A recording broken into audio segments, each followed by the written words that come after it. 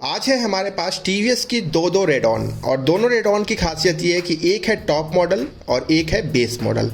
Top model in the sense कि उसमें आपको फुली डिजिटल मीटर कंसोल मिलता है, जिसे डिजिटल मीटर कंसोल के नाम से लोग ज़्यादातर जानते हैं कि उसमें डिजिटल मीटर कंसोल मिलता है और इसमें डिस्क का विकल्प आपको मिल जाता है। लेकिन जो दूसरी बेस मॉडल है उसमें किसी भी तरह का डिजिटल कंसोल नहीं मिलता है और उसमें डिस्क भी आपको नहीं मिलता है। लेकिन जो सबसे आश्चर्य करने वाली बात है कि इन दोनों की कीमत में लगभग 14,000 का फ़र्क है। यकीन से मैं कह सकता हूँ कि 14,000 बहुत बड़ी कीमत होती है। और अगर आप ये बेसिक बाइक्स हैं, मतलब बेसिक सेगमेंट्स की बाइक हैं और डेली कम्यूट के लिए बहुत अच्छी मानी जाती हैं, रोज़ाना चलाने के लिए, और वहाँ पे 14,000 का फ़र्क बहुत मायने रखता है।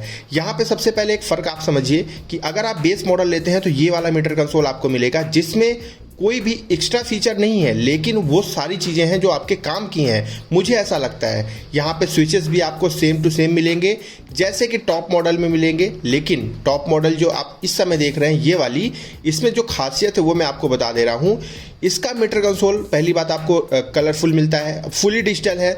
दूसरी बात यह है कि इसमें आप रियल टाइम माइलेज चेक कर सकते हैं। एडवांटेज सुनिएगा, जो फ़ायदे हैं, मतलब आपकी बाइक कितना माइलेज इस समय दे रही है आप यहाँ पे डिस्प्ले पे दिखेगा आपको। दूसरी बात, इसमें आपको क्लॉक मिलता है, मतलब टाइम मिलता है, तो आपको अपने जो है घड़ी का इस्तेमाल नहीं करना पड़ेगा, फ़ोन का इस्तेमाल भी नहीं करना पड़ेगा। यहाँ पे आपको USB चार्जिंग पोर्ट मिल जाता है, आप चलती ही बाइक पे अपने फ़ोन वगैरह को चार्ज कर सकते हैं। तो देखिए ये इसमें कुछ एक्स्ट्रा फीचर है जो कंपनी आपको दे रही है और उसी के बदले आपसे 14,000 रुपये कंपनी ले रही है। मेरे हिसाब से क्या है कि क्या ये वाला जो मीटर कंसोल है नॉर्मल वाला, क्या इससे काम नहीं चलाया जा सकता?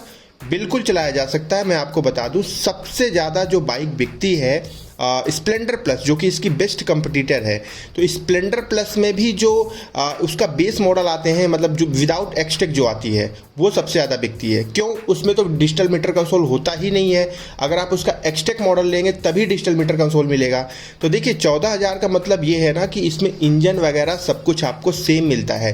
पीछे आगे जो सॉकर लगे हैं वो भी सेम है, साउंड भी एकदम सेम है, माइलेज भी सेम मिलेगा, इनकी बिल्ड क्वालिटी भी सेम है, मजबूती भी सेम है, सीटिंग कंफर्ट भी सेम है। तो देखिए कुछ एक्स्ट्रा जो है लुभावने फीचर की वजह से अगर आप 14,000 रुपये बचा सकते हैं तो बचा लीजिए। और अगर आप इसका बेस मॉडल लेते हैं तो वो आपके लिए वैल्यू फॉर मनी है, क्योंकि सब कुछ आपको सेम मिलता है। लेकिन अगर आपको शौक है थोड़े से एक्स्ट्रा फीचर जो है अपने बाइक में ऐड करने के, तो फिर आप जो है इसका ये वाला वेरिएंट ले सकते हैं जो कि डिजिटल मीटर कंसोल के साथ आएगा, क्योंकि आगे का हेडलैम्प भी दोनों का एकदम सेम है। कलर कॉन्सेप्ट में आपको फर्क देखने को मिलेगा, बेस मॉडल में आपको बेसिक कलर मिलेंगे, लेकिन अगर आप डिजिटल मीटर वाला लेते हैं तो उसमें आपको थोड़े से अट्रैक्टिव कलर कंपनी प्रोवाइड करती है।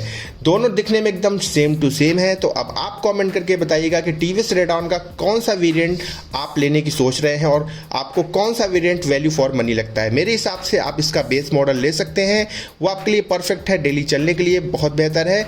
और अगर आपके पास एक्स्ट्रा पैसे हैं तो फिर आप टॉप मॉडल ले सकते हैं। मिलूंगा अगली वीडियो में, कोई भी डाउट हो पूछ लीजिएगा। धन्यवाद।